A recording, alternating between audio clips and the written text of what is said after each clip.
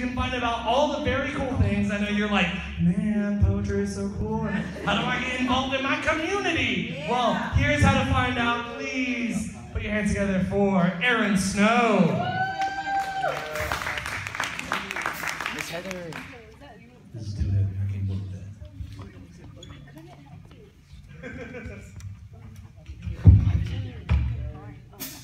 Now we're at the segment. All right. You have to know your cues. When you do poetry, you have cues. That's my cue right there. I put my hand on the podium. Let me start with, my name is Aaron Snow.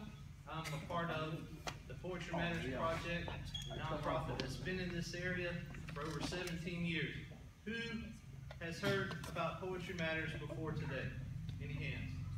Got a few hands. Who has never heard of Poetry Matters Project? All right. Who is less than 17 years old? So we've been around longer than you. So just think about that in concept. Started with a poetry contest, grew into a worldwide movement, in my opinion. Open mic nights, publications, and let me tell you, adults, young people, there's a place for you. We got open mics like this the first Tuesday of every month in Columbia County over at Higher Grounds Cafe. We've got poetry events downtown. We're doing stuff at the Saturday market. Does anybody go to the Saturday market in downtown Augusta? We've got that. Who goes to the Columbia County candlelight events? We have at the amphitheater and stuff. We're going to be a part of that. And we're trying to find, part of the reason that I am a part of this team is making this happen more often. Because poetry and the arts need to be everywhere, right? Right. Like, we need to give our young people a voice, and we as adults sometimes need to have our voice heard, right? So that is what we are working for, working towards. If you have questions, please see us after this. Of course, we are on the web and social media, and so you can find us everywhere. But we just thank you, and again, Dr. Bishop and Ms. Carson for Ms. Cason for inviting us in, and letting us be a part of today, being a part of this. The piece I'm going to share is about a poet that we lost just over a year ago, and the reason why I thought it was fitting for today, she was very young, and she was a young voice, a young poet, lost way too soon. And I know I work with youth in this facet. I also work with youth in juvenile lockup. I'll be at the YDC, at our YDC this afternoon.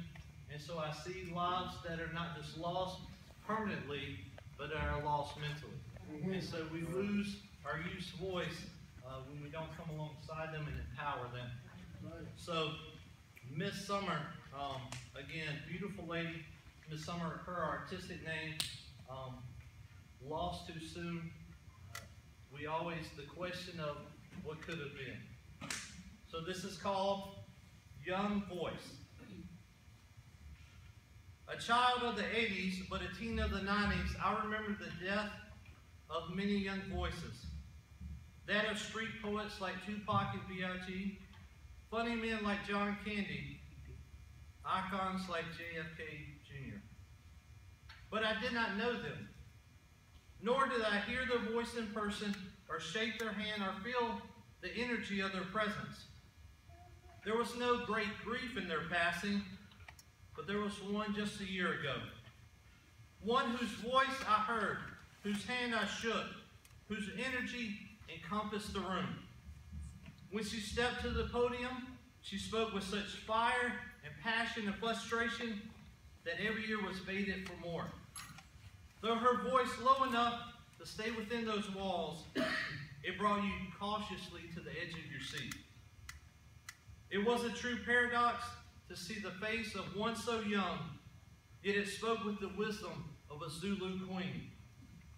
Like names mentioned prior, we will not know the greatness that awaited her future years. We will one day pass, never to confirm if she was meant to be a poet, an author, a screenwriter, a rebel, a woman changing the very world she has now departed. She, like many others, a young voice, silent too soon. Thank you.